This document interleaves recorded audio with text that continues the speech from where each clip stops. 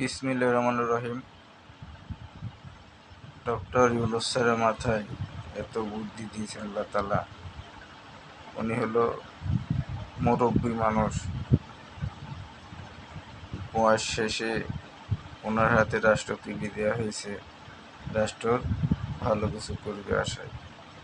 ওনার মাথায় হাত বলি আপনারা যেইটি ভালো হবে চাই নিতে পারেন, উনি সেইটি করে দেবেন ইনশাআল্লাহ। আপনারা ওনার পাশে থাকেন, ওনার সাথে কাজের জন্য সহযোগিতা করেন।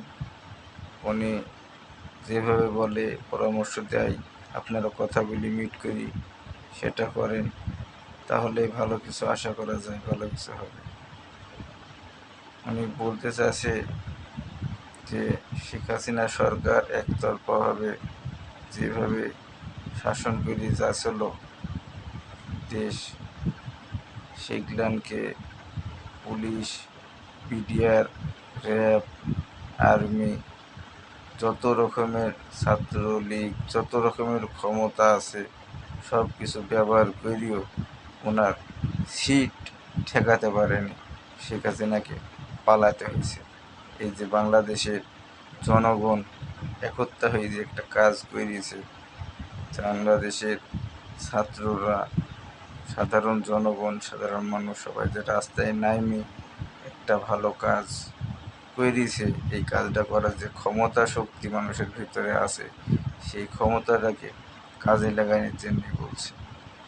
সবাই মিলিয়ে এক হয়ে যদি একতা হয়ে একটা কাজ করা যায়, তাহলে সেই কাজে বরকত আছে, উনি এটাই বোঝাতে চাচ্ছে। তাহলে এখন সবাই মিলে যদি দেশটাকে সুন্দর করে সাজানোর দরকার হয়, ভালো করে যদি দেশটাকে সাজাতে হয়, তাহলে সবাইকে ঐক্যবদ্ধ হয়ে সংস্কারের কাজটা সুন্দর মতন শেষ করতে হবে। সময় যত লাগে, যতক্ষণ লাগে ততক্ষণ সময় দিতে হবে। এর মধ্যে কোনো রকম ভোট করে মাথা খারাপ করা যাবে না। সংস্কার শেষ হলে, সুন্দর মতন দেশ ঠান্ডা হলে এমনি ভোট হয়ে যাবে। সবাইকে আল্লাহ তাআলা সঠিক বুঝ দান করেন।